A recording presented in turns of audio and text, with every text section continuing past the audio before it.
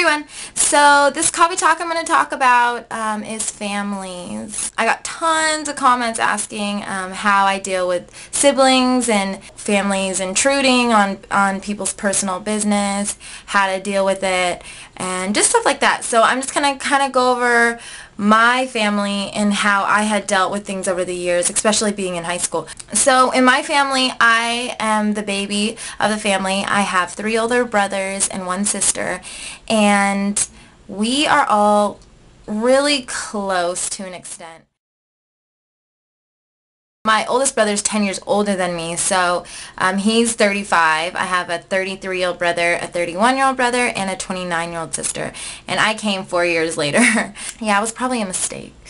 No families are normal.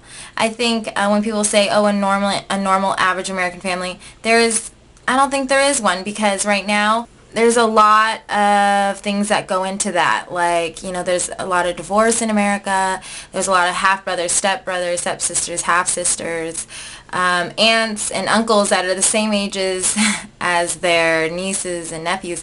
So I have that in my family as well. I have a lot of diversity, a lot of opinions, especially with my family. Our family is very opinionated, and so that definitely can cause a problem with our relationship. My sister is really close with me.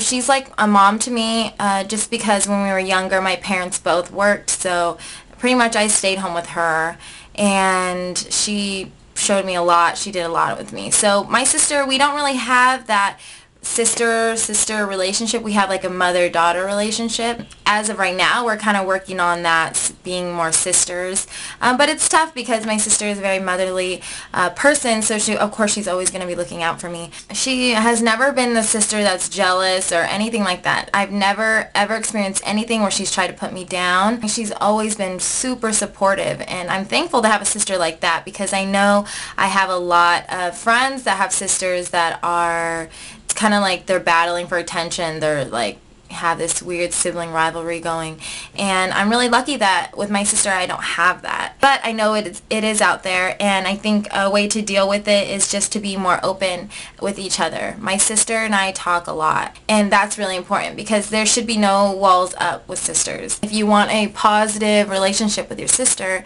then you need to be open. Definitely be open with her.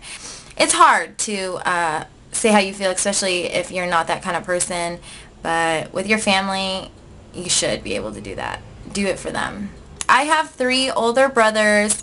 One brother, he is my half-brother. Yeah, he's my half-brother. My dad had a marriage before my mom, and they had him, and then they got divorced, and then he met my mom, and they had 4 more kids. So he's my half-brother, but he's just as close. We have a really good relationship. I think I didn't see him as much when I was growing up because he was always at his mom's house, but we are very close today. My middle brother is 33. I guess we were close when I was younger, but now obviously we've had a lot of family issues and we don't really talk anymore. I wish it was different, but I think sometimes when families separate for a bit, they kind of realize what they have in front of them and kind of figure out the person they are, because family has a big influence on the person that you are. And if it is a negative influence, you need to step back and be like, I need to figure out me. And I think that's kind of what he's doing. He's the type of person that has to take himself out of an element to actually see what's going on in his life. We haven't really spoke with him in a long time, just because he is kind of taking himself out of the family element to figure out what he is doing with his life. So I don't really talk to my brother that's 33. My 31-year-old brother, we're super close. I think we've always been the closest. And why is just because he's a very passive person, very supportive, and I love having siblings like that, because you want to surround yourself with really motivating people, not just friends, but your family too. And sometimes I know there is family members in your family that aren't as supportive, that is always judging, that's always, I think every family has one of those. So I guess the best you can do is just steer them in the right direction, really call them out on what they're doing, and maybe they just don't realize that they're doing it. And you want to help them become better people, so you want to help them go into a more positive direction. With my brother, My brother that is 31, he's musically talented. He plays tons of different instruments. He's really down to earth. He's just a really good person, and I think those are the people that in your family you really should cling to, and that's the influence I think a family should have on you. Brothers growing up, they weren't as protective over me. The older ones, yes. The youngest one, Bobby, he was not, I mean, he was just open to everything that I was willing and trying, just experiencing life. I think that's all he's really about. So he wants me to experience life safely, of course. With my other two brothers, they made sure that I did not have boyfriends. They made sure I did not date. They made sure I was always home. They made sure that my dad was keeping a watch out for me. My dad is the same way. He's very protective. So in high school, I didn't have it easy.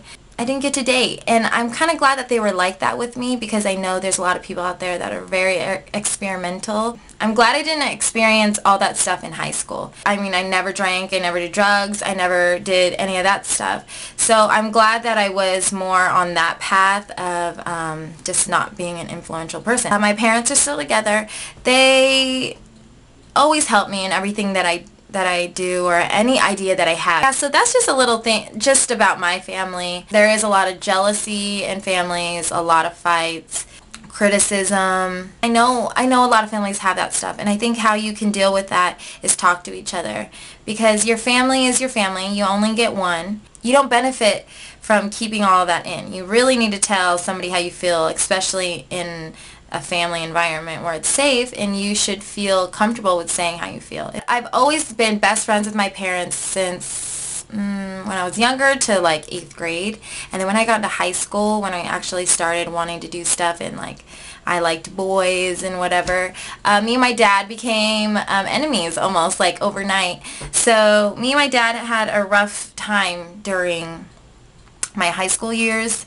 Because I wanted to go out and date. I wanted to go, I mean, I was in cheerleading, so there was a lot of social events that I didn't get to go to and that I really wanted to, but my dad was too strict. There, I didn't really have that good of a relationship with him.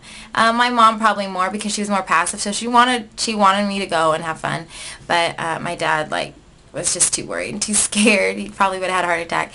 I just say, if you have parents like that, just keep an open relationship with them as well. Half the stuff that I did, I didn't tell my parents. But in the end, I wish I didn't do them. So I wish I did talk to them more about things that were happening in high school, because they would have gave me good advice. You just have to keep an open relationship with your parents. They are not the enemies. They know what you're going through. They were kids just like us. Me having a daughter, I know I'm going to go through this, and it's hard, because what do I tell her? I want her to, experience life and experience high school and experience all those things, but also I'm like my parents, and I'm very worried. I don't want her to get into the wrong crowd. I see both of the spectrums now, and I don't really know what I should do.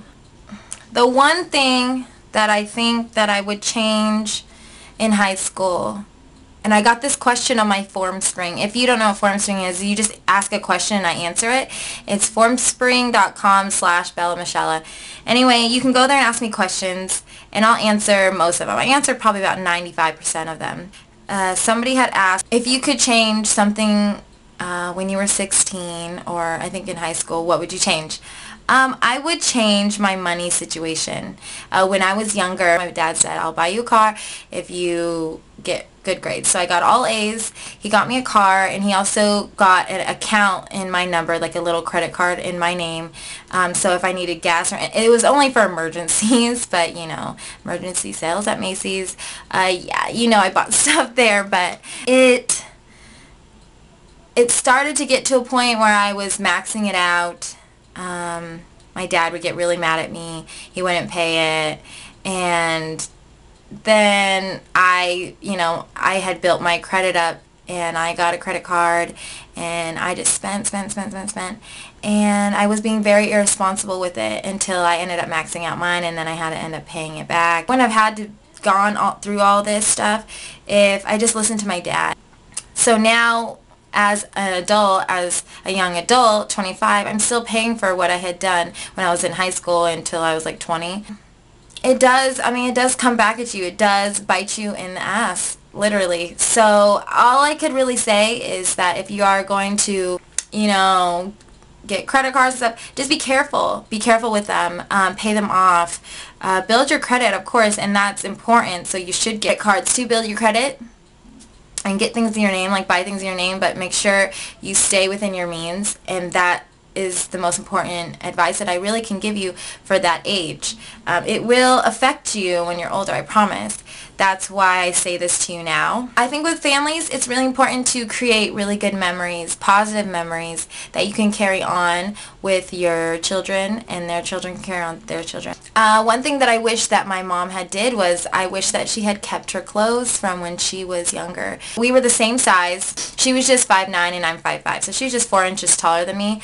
She didn't keep any of her clothes, and the stuff that I buy now, she's like, oh, I used to have a pair of those, I used to have a pair of those. I'm like, dang it, Mom, I really wish that you kept them, because that would be awesome if I could have them. It's something that we could share together. I'm not mad at her for it, but I know that that's exactly what I want to do for Olivia. You know, I have all my old clothes, even vintage clothes, stuff that I've worn, that I bought when I lived in LA, that don't fit me now, because since I had her, obviously my hips spread and I can't fit into them anymore. So I box them all up, and they're all like preserved and safe for her. So when she gets older, and hopefully she'll be in fashion as much as I am. If not, that's okay. But if she does, she's going to have a one-up, because she's going to have all these really cool, unique things that I have saved for her. Another thing that I did was I kept, I do scrapbooking. I have a really cute book for her. Actually, I'll show it to you. Hold on. I keep a book of her stuff. So I know I'm missing the Y, or the O and the Y fell off. But I just scrapbook. This is my ultrasound pictures. And this is her when she was born, and me. This is us. It says proud mom.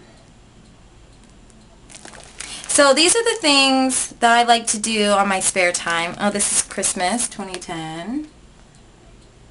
So these are the things I like to do to keep this a log of her, and stuff that when I give to her, she'll have and love. I mean, I save everything. I got her first ornament.